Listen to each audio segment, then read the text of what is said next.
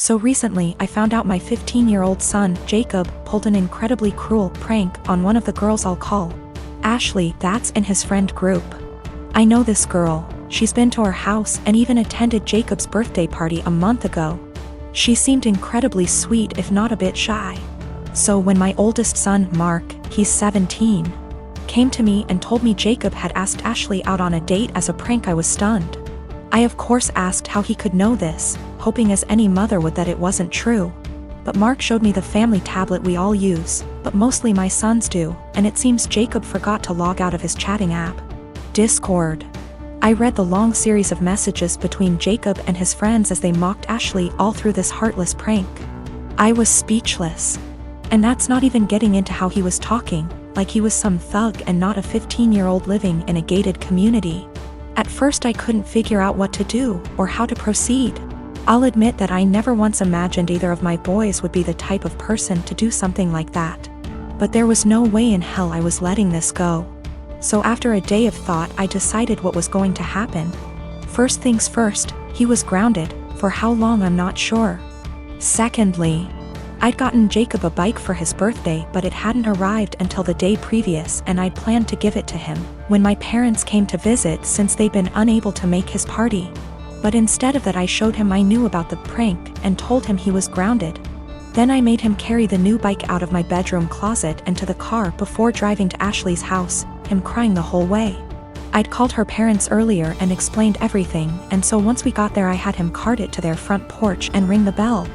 Then in front of me, Ashley, her parents, and God, I had him give a sincere apology and gift her the bike. Even I apologized to her, saying I didn't raise my boy this way and what he did was unforgivable. I also called the parents of the other boys who were a part of this little stunt and they all seemed rightfully horrified by their son's involvement. I felt I'd handled this all as best as I could, and my friends agreed.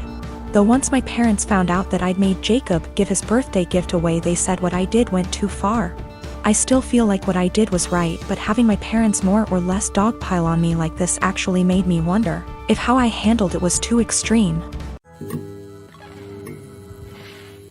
Me and my daughter, Anya, are from India. Our native language is Hindi. She's 11 years old now. Her father died when she was 5 and I immigrated to States because everyone was trying to get me remarried to a 60-year-old sleazebag because, oh no. However will a woman live or raise a child alone? I started dating my now husband when Anya was 6. He had a 5-year-old son, Ben, 50% custody. Me, Anya, Ben, husband and Ben's mom get along really well. The kids were very well adjusted and they were genuinely happy when we got married. Whenever tensions arose, we dealt with them patiently.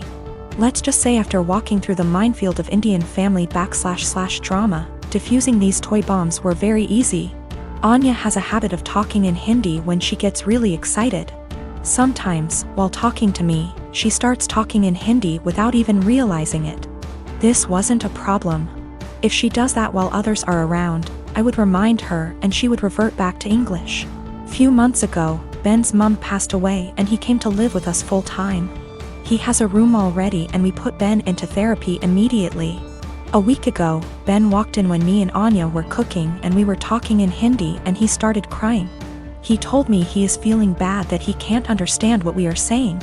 I hugged him and consoled him and assured him that we didn't do it to exclude him purposefully. And then Anya started crying and apologized. The whole thing was just heartbreaking. Since then, Anya has been making conscious efforts to talk only in English and I can tell that it puts Ben at ease. Yesterday, however, she was frustrated and started lamenting about schoolwork in Hindi to me. Me and Anya were in the living room and Ben and husband were in the kitchen and they heard it. Later that night, my husband told me how he thinks we must start thinking about giving punishments whenever she speaks in Hindi unconsciously until Ben starts feeling better. I was horrified at this suggestion. I have never pulled the "she is my daughter, not yours" card.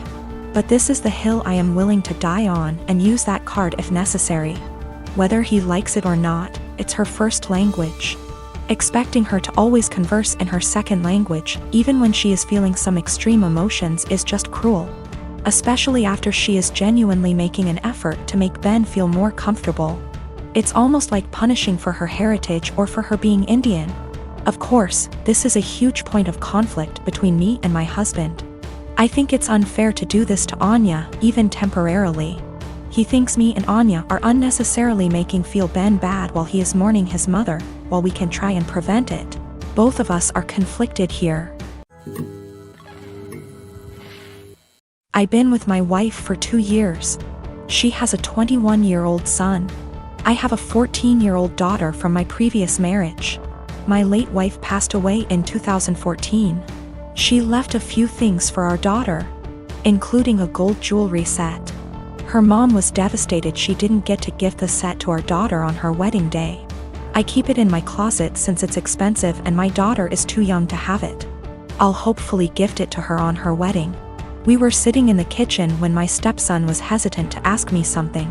We're in good terms but have our fair share of arguments. He said his fiancée was taking something from his mother's and my closet, saw the jewelry set and liked it very much. He asked if he could borrow it so his fiancée can wear it at her cousin's wedding. I found this unacceptable. I told him his fiancée had no business being in the bedroom and that the jewelry isn't mine. It's for my daughter. He asked me if my daughter will agree to let him borrow it if he talked to her. I told him not to even talk about it again. He got all pissed and said things I do not remember. When he and his fiancée were at the wedding, I discovered that the jewelry set was gone. I told my wife and we looked all over the house. I called my stepson to tell him about calling the police because I really thought someone stole the set.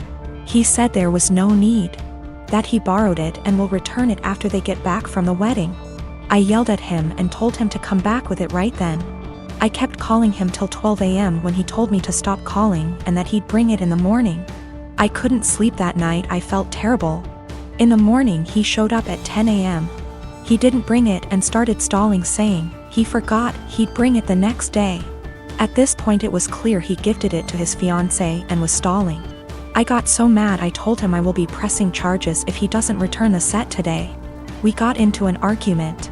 My wife said his fiancée was the one who wanted the jewelry set. But he was the one who took it and it's not even mine, it's my daughter's, which made it worse.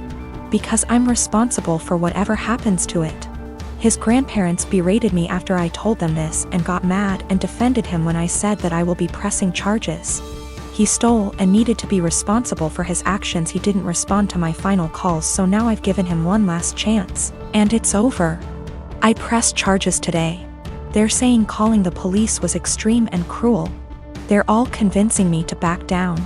He was replying to me sarcastically when I said I'd get the authorities involved, and he didn't take me seriously. His mom said she'd try to talk to him, but I had enough of him stalling, hoping I'll just let it go, so he can make his fiancée happy. I feel like an irresponsible idiot.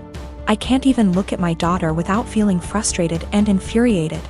I'm hurt, but what's worse is that this is my daughter's property that I couldn't take care of. My wife allows them into the room, although I told her not to several times. They're not kids and there should be some boundaries. I am a 28-year-old female, and I do babysitting on the weekends to make extra cash. There is one family I definitely should have phased out by now, but the kids are cute and if I don't have another job, it's easy money. My issue is, the mom is never home on time. She used to not give me return times, but finally I started asking as it made it impossible to get anything done on the weekends. I'd go babysit so she could go to brunch, but she'd be gone from 11 a.m. to 7 p.m. My whole day was gone. After that, she'd start giving me times but never stick to them. She wouldn't even call to tell me, she'd just stay out. On Saturday, I got to her house at 6 and she was supposed to be home by 9. I told her she needed to be on time because I had plans to go out with friends. I was even getting ready at their house after I put the kids to bed. She promised. Of course, 9 o'clock rolls around and she's not home. I call her, no response.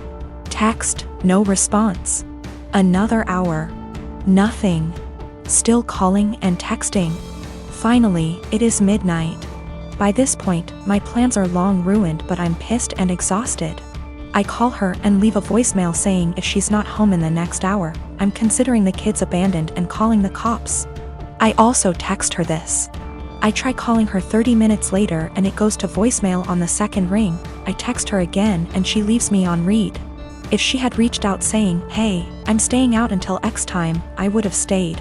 I don't know any of her family nor the father of the kids, so I can't call them. I gave her a grace period of 15 minutes and tried calling again, finally called the cops, non-emergency line. They showed up and I showed our agreement and text from earlier in the week confirming that she'd be home by 9. They tried contacting her, didn't answer. I was dismissed and they took the children to the police station.